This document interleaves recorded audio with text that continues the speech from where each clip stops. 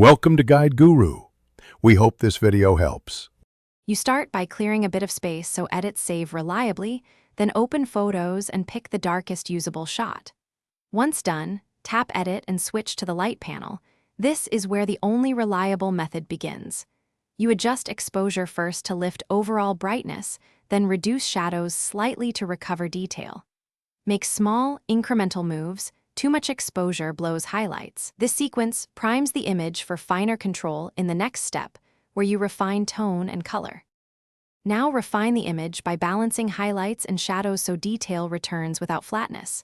You lower highlights to protect bright areas, then nudge shadows up to reveal midtone detail. Make small brightness increases, think tenths, not whole stops, so you avoid clipping whites. Next, correct color using warmth and tint. Push warmth a touch if the image looks blue, or cool it if it's orange.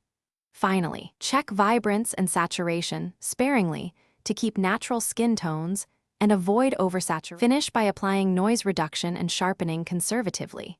Increasing brightness can amplify grain, so reduce noise first then sharpen to restore crispness. Once satisfied, tap Done to save. Use Duplicate Original before heavy edits if you want a backup.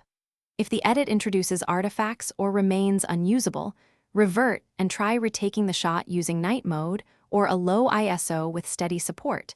This often solves extreme darkness. Troubleshooting tip: if edits look noisy, reduce exposure slightly and increase shadows instead to preserve quality. Thanks for watching. Consider subscribing if we helped you today.